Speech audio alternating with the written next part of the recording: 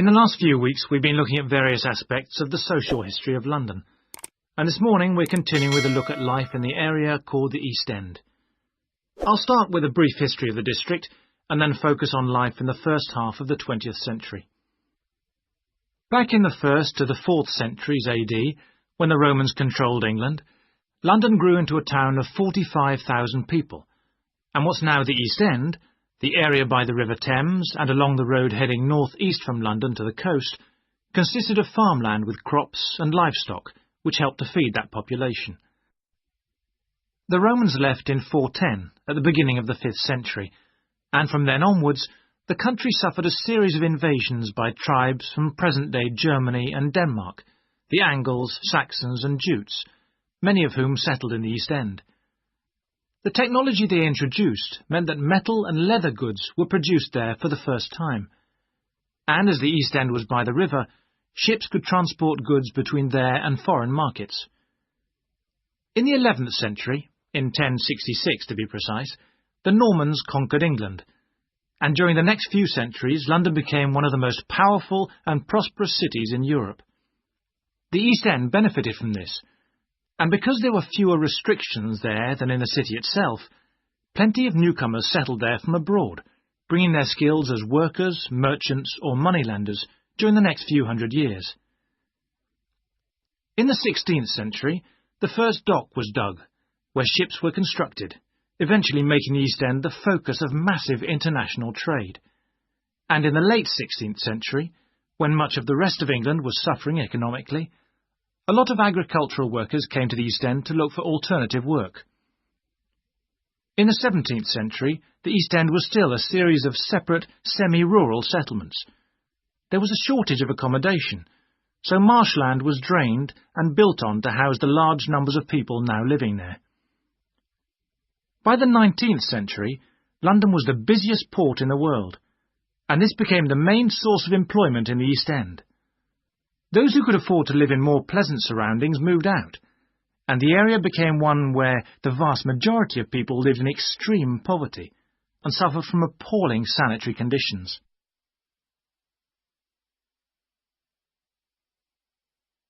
That brief outline takes us to the beginning of the 20th century, and now we'll turn to housing.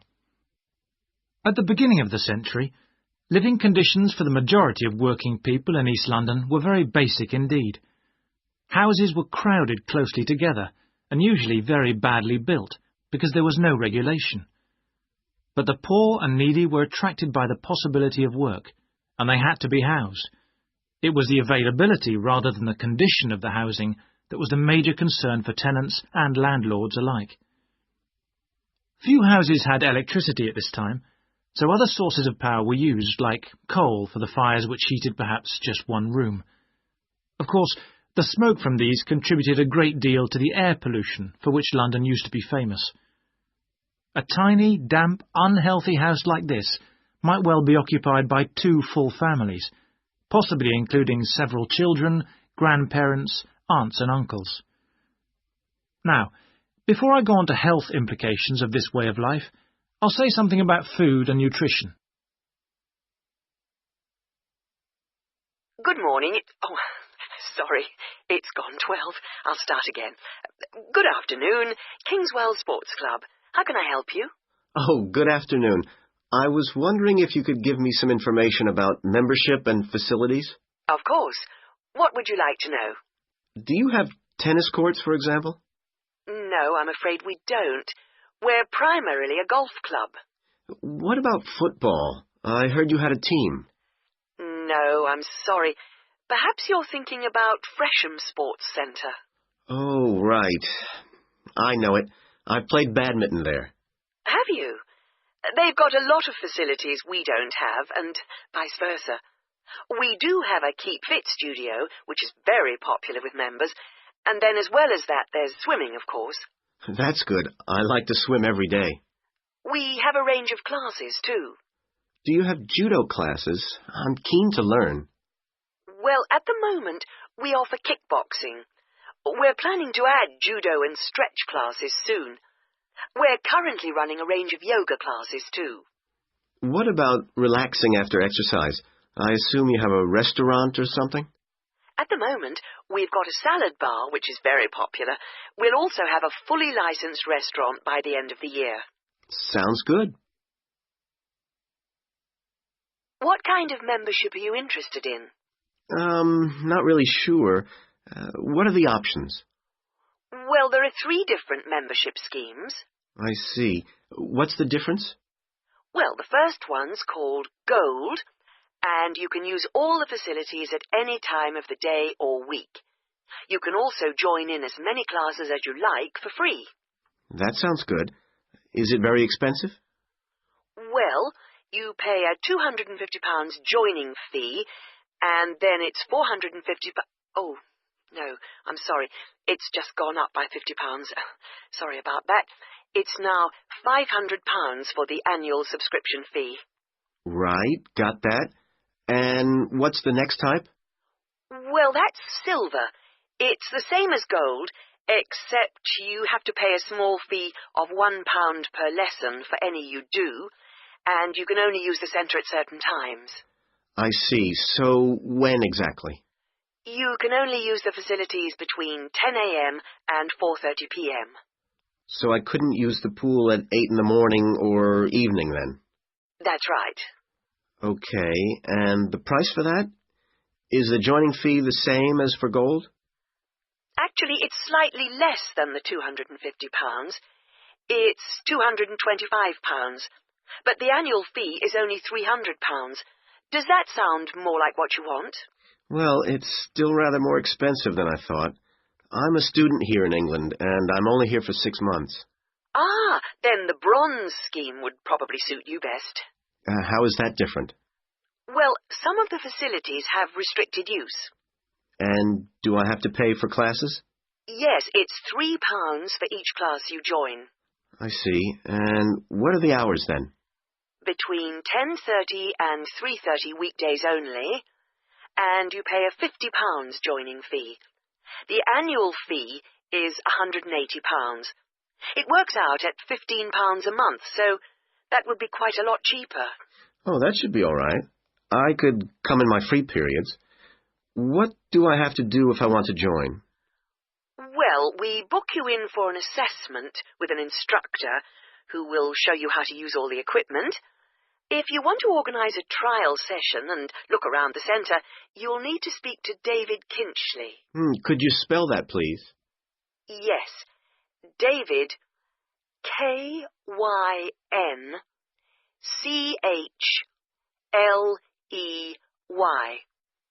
I'll give you his direct line number.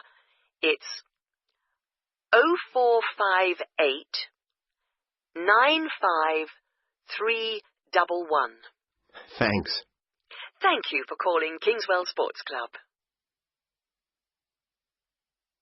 And here on Radio Rivendell, we have Lynn Rawley, the Public Relations Officer of our own Rivendell City Theatre. Hello, Lynn. Hello.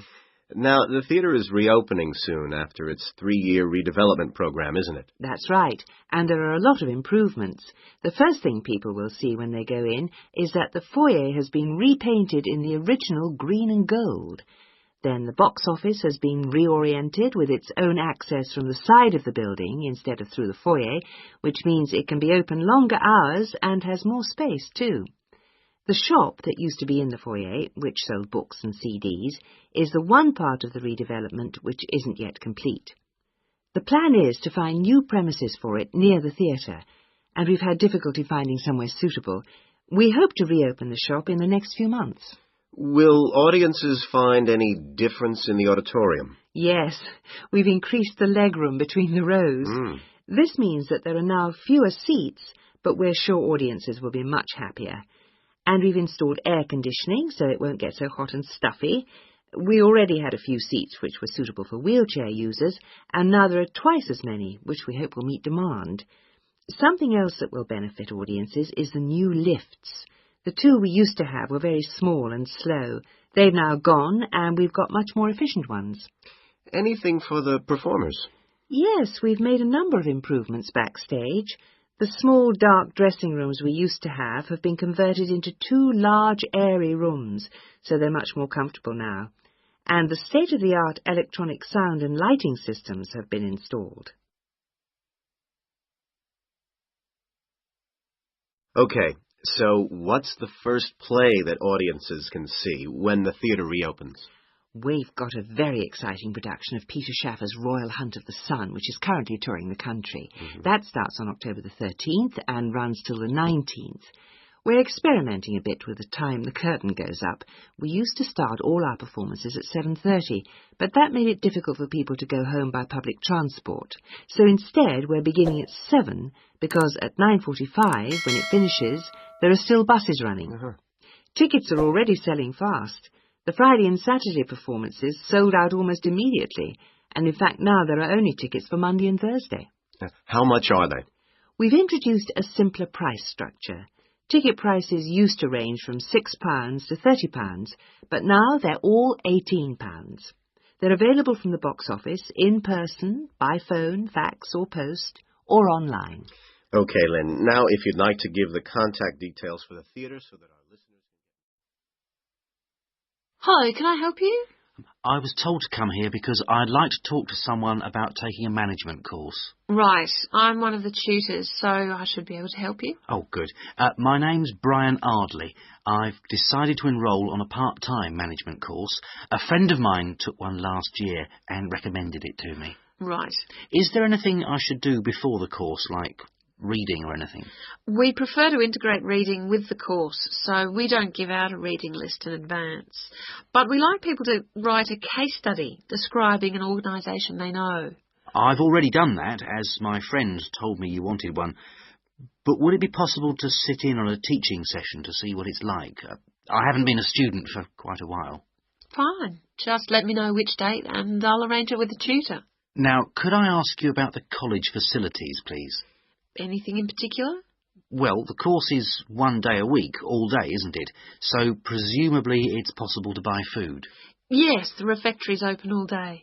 Does it cater for special diets? I have some food allergies. Provided you warn the refectory in advance, it won't be a problem. Good. What about facilities for young children? I'd like to bring my daughter here while I'm studying. How old is she? 3. Then she's eligible to join the nursery, which is supervised by a qualified nursery nurse. The waiting list for a place is quite long, though, so you ought to apply now. OK. I don't know if our careers advice service would be of any interest to you. Yes, it might help me decide how to develop my career after the course. The centre has a lot of reference materials and staff qualified to give guidance on a one-to-one basis. I noticed a fitness centre next to the college. Is that for students? It's open to everyone, but students pay an annual fee that's much less than the general public pay. And presumably the college library stocks newspapers and journals as well as books. Yes, and there's also an audio-visual room for viewing and listening to videos, cassettes and so on. Is there also access to computers? Yes, your tutor will need to arrange with the technical support team for you to get a password, so ask him or her about it when you start the course. OK. By the way, do you know about our business centre? No. What's that? It's a training resource, a collection of materials for people to study on their own or use in their own organisations. Uh-huh. You mean books and videos?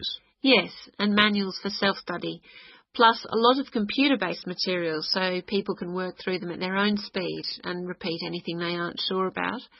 And you can hire laptops to use in your own home or workplace, as well as printers that you can take away. Does it have anything that I could use to improve my study skills? I don't have much idea about report writing, and I'm sure I'll need it on the course.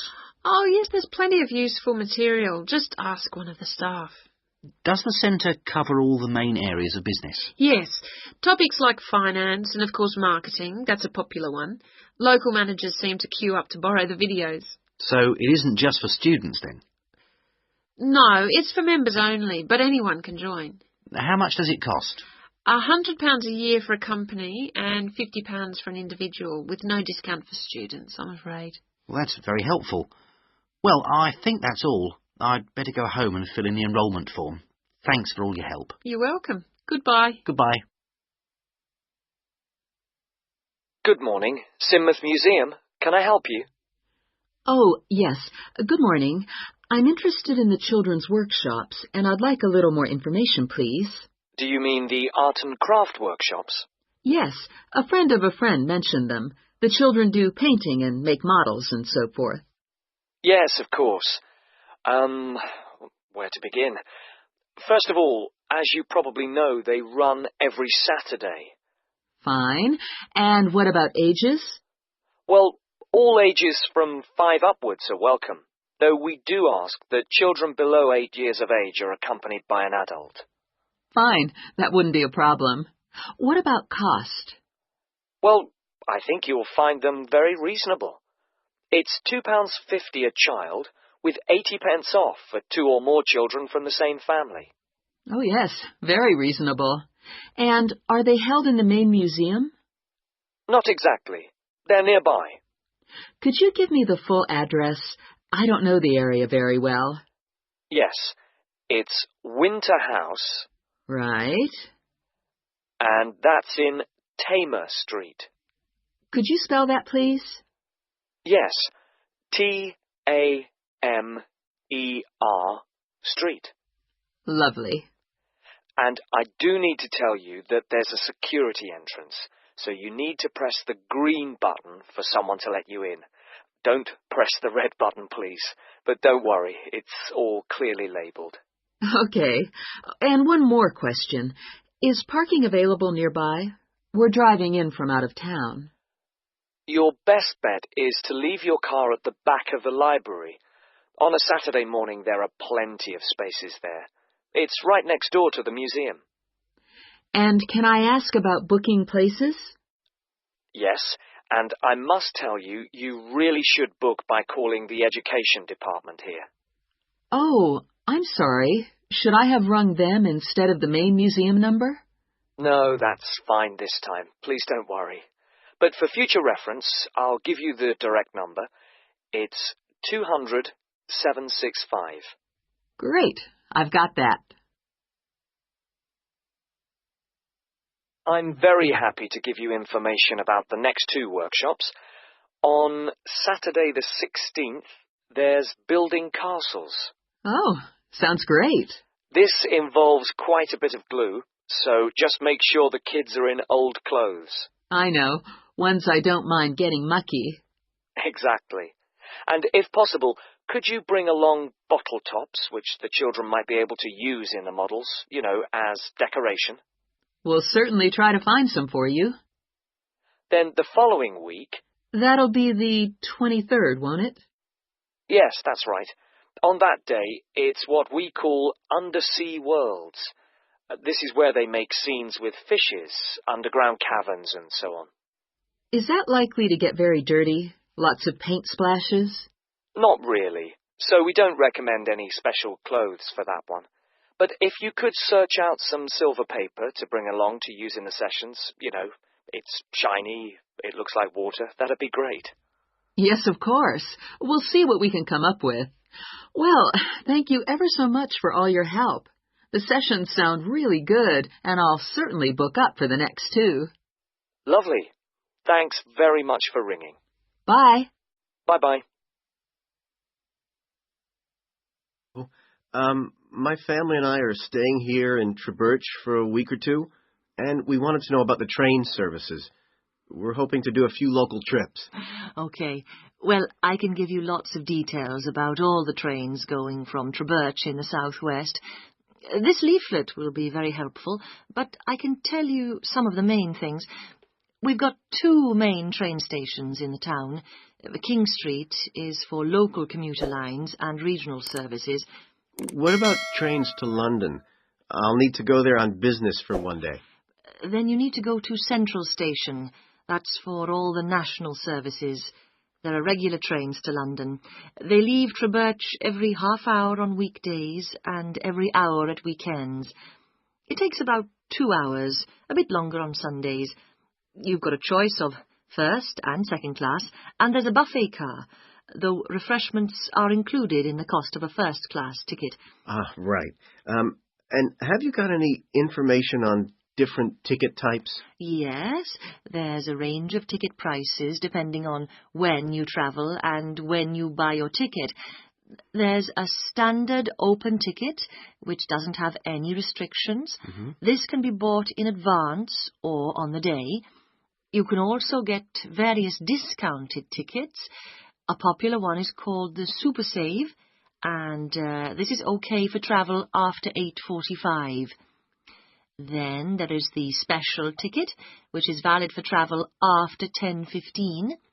The special tickets are also valid for travel at weekends. The cheapest tickets are called advance, and you have to buy them at least 6 days ahead. Only a certain number are available, and you have to make seat reservations for these. Thanks. And are there lots of places to go to around here? Oh, yes. You can enjoy many days out. There's the Merthyr Mining Museum, which is only half an hour from Trebirch by train. Your children will find it just as fascinating as any theme park, and they can ride in the original miners' lifts and on the coal trains. There are special excursion tickets which include entrance fees. Mainline trains also offer direct services to Bristol, where you can visit the docks or spend a great day out with the children in the zoo, which is set in the parkland that used to surround the old castle. Special family away day fares are available for this service now during the school holidays. Alternatively, you can be in Birmingham in only an hour and a half, where there's lots to see and do, including the new and internationally acclaimed climbing wall built on the site of the old aquarium. We will also be running a special service to Newport when the new Science Museum opens next year, as we anticipate a lot of visitors in the opening weeks. I'd advise you to call early to book your tickets. Is that okay? Yes, thanks.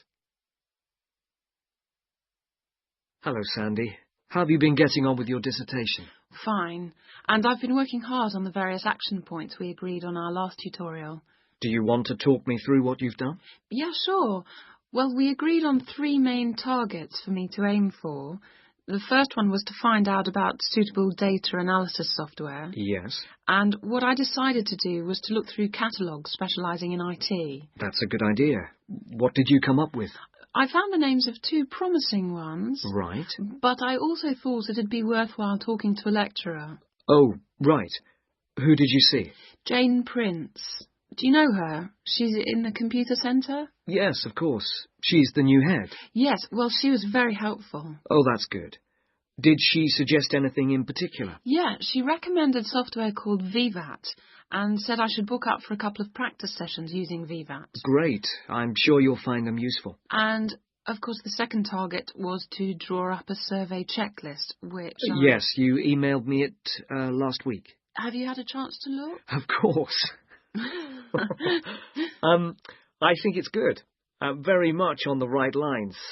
I'd say your first 2 sections are spot on. I wouldn't suggest that you change anything there, but in section 3 you really do need to have questions on teaching experience. Yeah, I was thinking that section looked a bit short. Right.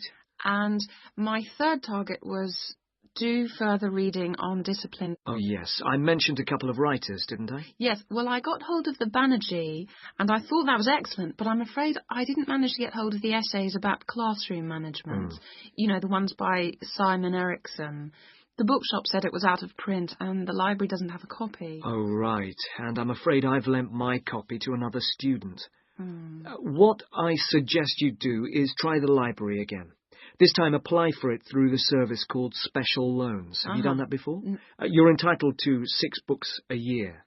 Yes, no problem. That's what I'll do. So, lots of useful work done. So let's look at some new targets. We'll start by having a chat about your Chapter 1. I very much enjoyed reading it. Your written style is very clear, and you've included lots of interesting descriptions of education in your target area. I've just got a couple of suggestions for some additional work. Of course. Could I just ask, what do you think I should call it?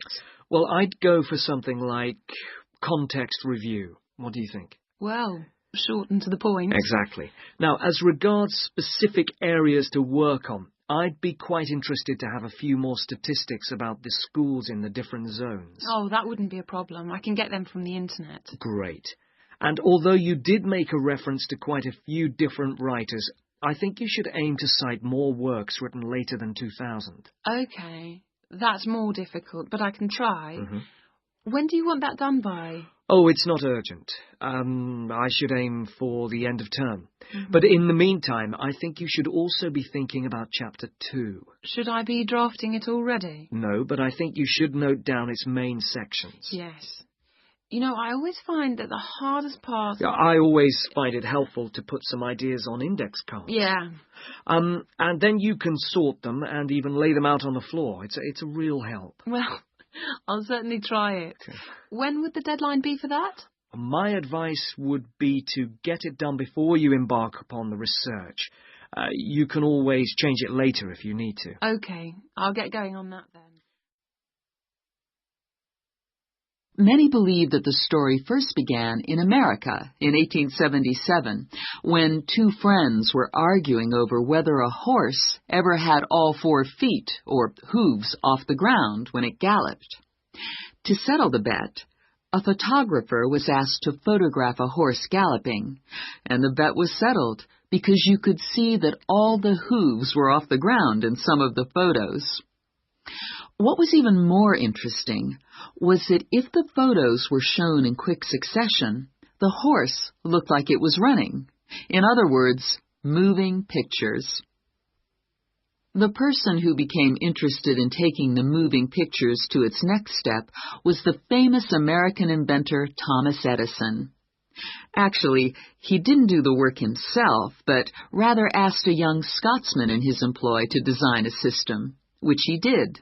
Now, this young fellow was clever, because the first thing he did was study other systems, primitive as they were, of moving pictures, and then put all the existing technologies together to make the first entire motion picture system. He designed a camera, a projection device, and the film. The system was first shown in New York in 1894 and was really very popular. Apparently, people lined up around the block to see the wonderful new invention. There were, however, a couple of problems with the system. The camera weighed over 200 kilograms, and only one person at a time could see the film. Well now, news of the new system in America traveled fast, and a number of rival European systems started to appear once people had heard about it. The single problem with all the systems was they couldn't really project the film onto a screen, so more than one person could see it. Then, in 1895, 3 systems were all developed, more or less at the same time and independently of each other. I guess the most famous of these was by the Lumière brothers from France, and they called their system the cinematograph, which of course is where the word cinema comes from. There were also 2 brothers in Germany who developed a successful system, and they called it a bioscope. Well, now once the problem of projection had been solved, the next challenge for the inventors was to make the films longer and more interesting. A continuing problem at the time was that the films had a tendency to break when they were being played, a problem which was caused by the tension between the 2 wheels, or reels as they are called, which hold the film. Now, this problem was solved by 2 American brothers. They developed the Lantham loop, which was the simple addition of a 3rd reel between the 2 main reels, and this took all the tension away, with the result that the film stopped snapping.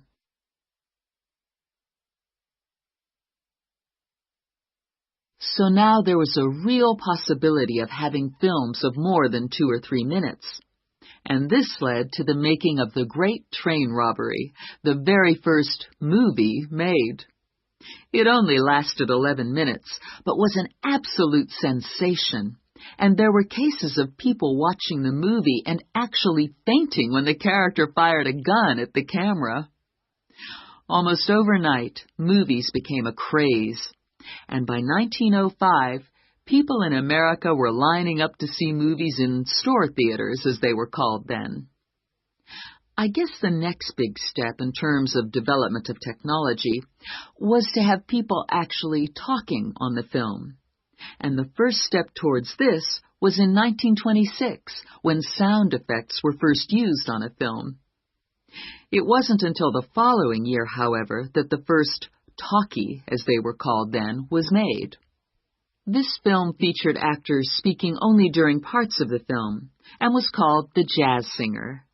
And it wasn't until 1928 that the first all-talking film was produced, and this was called The Lights of New York. Unfortunately, the sound on this early film was not very good, and I believe they put subtitles on the film. That is, they printed the dialogue along the bottom of the film to compensate for this poor sound quality. Now, with the addition of sound, moving pictures became far more difficult to make. Good morning. I'd like to open a bank account, please. Certainly. If you'd like to take a seat, I'll just get some details from you. It won't take long. Thanks. Is it a current account or a deposit account you wanted? A current account? Right. I've got the application form here then. We have different types. I see you've got our leaflet there. I've decided on the one called Select. Right, that's fine. So, first of all, can I have your full name, please? Yes, it's Peter Hennes. That's P-I-E-T-E-R. Is it H-E-N-N-E-S?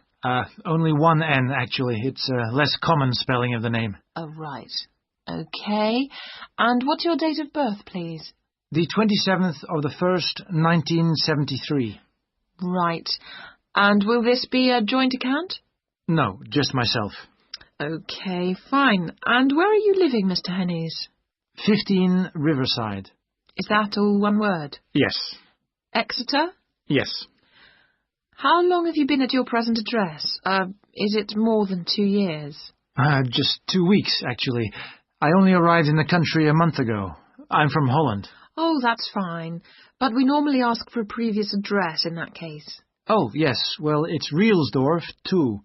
That's R-I-E-L-S-D-O-R-F 2, Utrecht. Holland. Okay, thank you. Do you have a daytime telephone number? Yes, I think the number at my office is 606-295. Just a minute, I'd better check. Oh, no, sorry, 616. I'm not used to it yet. Would you like my home number, too? Yes, please. It's 796431. Are they both local numbers? Yes. Right, and your occupation? Well, I'm in Britain as a project manager, but that's not my main job. I'm an engineer by profession. I see. I think I'll put that then. It's shorter. Now, we usually ask for a piece of information which we can use to check your identity for security reasons. You know, if you phone us. Like my wife's first name? Mother's might be better. It's less likely to be known. Okay, hers is Siti. Siti? Yes, S-I-T-I. It's Indonesian. Fine. And how much would you like to open your account with? We usually ask for a minimum sum of £50. That's about €75. Well, I'm going to transfer 2,000 euros from my Dutch account, just till I get paid. In fact, I wanted to ask you about that. What's the best way to do it? It depends which bank you're with. It's the Fransen Bank in Utrecht. Okay, fine. I'll check that in a minute. If we have links with them, we can do a direct transfer, but it's not a big problem either way. Let's see. How often would you like to receive statements? I haven't really thought. What's the usual thing? It's up to you. Some people like them weekly. Oh, no, that's too often. Can I have them sent once a month? Yes, that's fine. Is there anything else? I was thinking of registering for your internet service at some stage. Oh, yes. Would you like me to send you information about that? Please, yes. And would you like to receive information about the bank's other services? Insurance, loans, anything like that? I don't think so, thanks. That's okay then. And one last thing. If you agree... Welcome, everybody, to the lovely house and gardens of Rosewood, once the home of the famous writer Sebastian George. He bought the house in 1902, although he had first seen it 2 years earlier. At that time, the owners let it out to a tenant, because George was too slow making up his mind to buy it. When it came back on the market, there was no hesitation, and he bought it immediately, for £9,300. Even though the house had no bathroom, no running water upstairs, and no electricity. When he came here, he'd been married for 10 years. During that time, he'd become one of the most famous writers in the English-speaking world. His professional success was enormous, but his personal life wasn't as successful. He was no longer on speaking terms with his brother and had been devastated by the death at the age of 7 of his elder daughter, Josephine. Moving to Rosewood allowed the family to start a new life. George regarded Rosewood as a pure example of a traditional country house of this part of England and did some of his most successful writing here. The house and its grounds became the family haven, and their escape to privacy and quiet. The walls and the mullioned windows were built of the local sandstone. The tiles on the roofs and the bricks of the chimney stack were baked from local clay, and the wooden structures inside came from oak trees which grow around here. Now, please look at the map I've given you of the house and gardens. We're here at the information centre. Follow the path marked with the arrow, and the first area you come to is the orchard on your left. As you go further down the path, there's the kitchen garden on the right, and as you go round the first sharp corner, you will find to your left an area where different types of pear tree have been planted, as well as some lovely flowers, and this is known as Pear Alley, designed by George himself.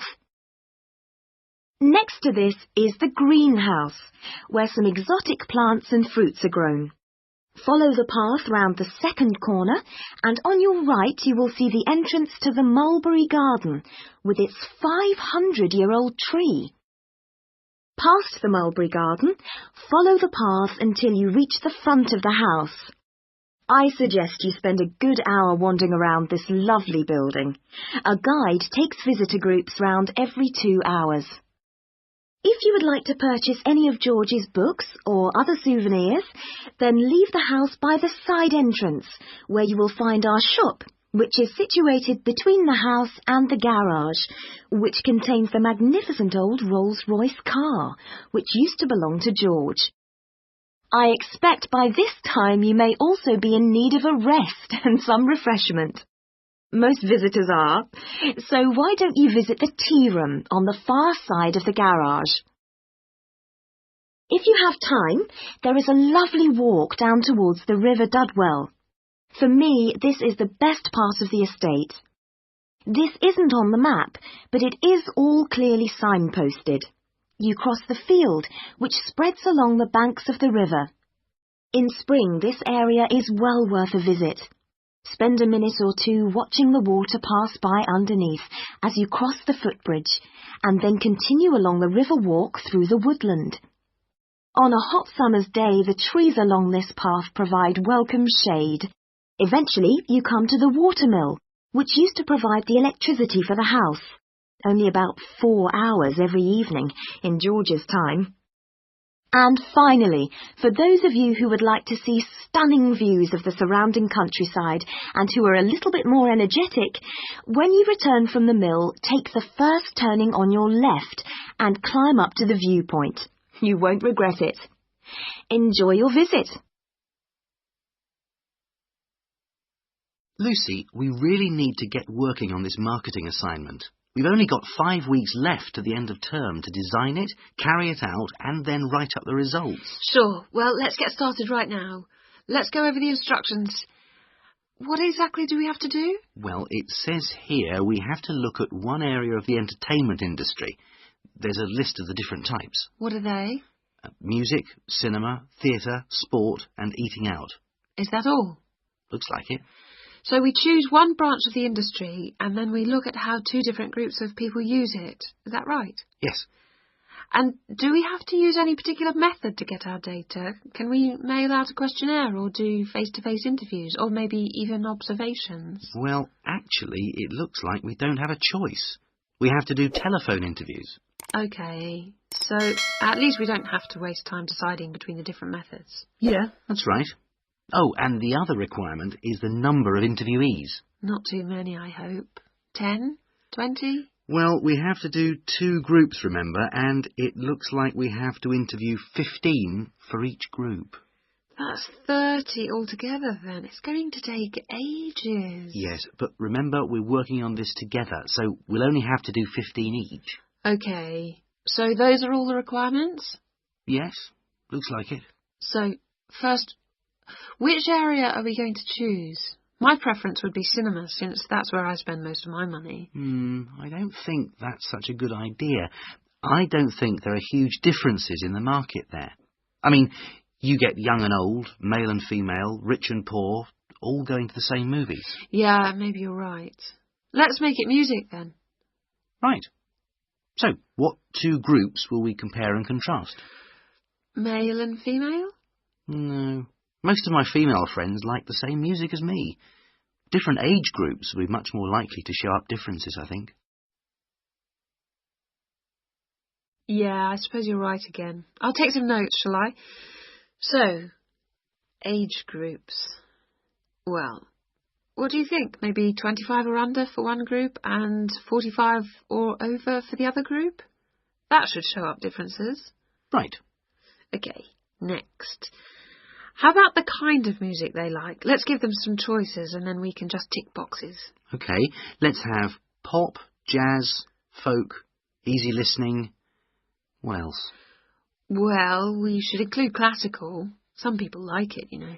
OK, and then we should have how they listen to music. The medium. Right, let's include radio, CD, and then I guess there's TV. What about concerts? You know, in pubs and halls. Oh, yeah, we should include live music, of course. OK, we're on a roll now. Next point could be about where they actually get their music. You mean, like, do they buy it in music shops or department stores? Yes, or download it from the internet. Right. That could be for recorded music. Then we need another section for live music. Where do they go for that? OK, let's say disco, pub, club, concert hall. Or opera house. And I guess we should include karaoke bars. Not many of them in this city. OK, we'll leave that out then. So what's left to do? That's it. Well, now we can make a timescale for doing it. Good morning, everyone. Last week we were looking at the hunter-gatherers in Ireland, across the Irish Sea from England. Today we're going to move on to the period between 4,000 and 6,000 years ago, known as the Neolithic period, which is when a total farming economy was introduced in Ireland. Now, there are several hypotheses about the origins of the first Neolithic settlers in Ireland, but most of these contain problems. For instance, there are considerable archaeological difficulties about the theory that they came from England. The evidence doesn't really add up. But there are even greater practical problems about the theory that they came directly from continental Europe. For one thing, it's not clear just how sufficient numbers of men and women could have been transported to Ireland to establish a viable population. As you know, the hunter-gatherer economy which existed beforehand was based on small, scattered groups. The farming economy would almost certainly have required much larger communities to do all the work needed to plant and tend sufficient crops to sustain them through the year. The early farmers kept various animals, including cattle and sheep. There's also evidence of pigs, but it is possible that these could have been descended from the native wild species. Now, we know from modern farming that if the level of breeding stock falls below about 300 females, the future of the species locally is at risk. So we must assume that from the beginnings of Neolithic farming, the number of breeding sheep would have considerably exceeded 300, and the national cattle herd must have been of a similar size. The question is how these were brought to the area and where they came from. It's usually suggested that the Neolithic settlers used skin-covered boats to transport livestock, but this method would have severely restricted the range of the colonizing fleets. The sheer volume of animal transport necessary means it's unlikely that this livestock could have been brought from anywhere further than England. What about crops? Well, two main cereal crops were introduced to Ireland during this time, wheat and barley, both in several varieties. The main evidence for their presence consists of impressions on pottery, where a cereal grain accidentally became embedded in the surface of a pot before it was fired. The grain itself was destroyed by the firing, but it left an impression on the pot which could be studied and identified by botanists.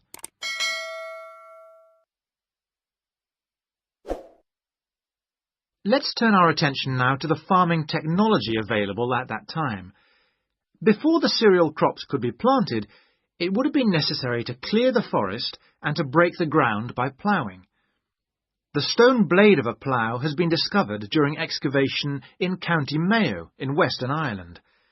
The body of the plough would have been of wood and could have been drawn by people, but it's also likely that cattle were used.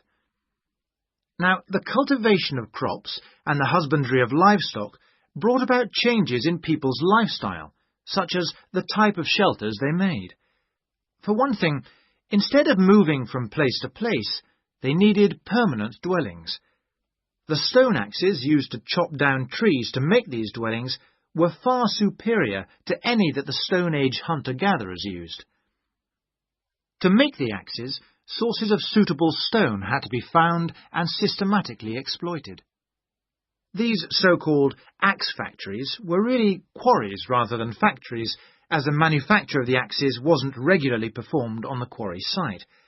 However, after the axe had been chipped into shape, they needed water and sand for grinding and polishing, so a high mountainside wouldn't have been an appropriate place for this. So this final stage of the manufacture must have been carried out close to water, and sure enough, there's ample evidence of this at coastal sites. Now, it's clear that these Neolithic axes were transported all over Ireland, as well as to Scotland and the south of England. It's not really surprising that axes from axe factories in England have also been found in Ireland. At the very least, this indicates that there was a link between the two islands during that period. One of the most useful innovations of the colonizers was pottery making, which was quite unknown to Irish hunter-gatherers. The pottery was probably made by shaping clay into a ball with the hand, and then hollowing it until the walls were the right thickness. After firing, the outside was often polished. This would have helped the pots to retain water, as they weren't glazed. Now, we know that the clay used usually came from local sources, which suggests that manufacture was on a fairly small scale, even though thousands of fragments are usually found at Neolithic sites. In the course of time, decoration began to appear. At first, this looked like a series of stitches and was just around the tops of the pots. This could have been an imitation of earlier vessels, which were made of leather sewn onto wood. Then, eventually, pots with decoration all over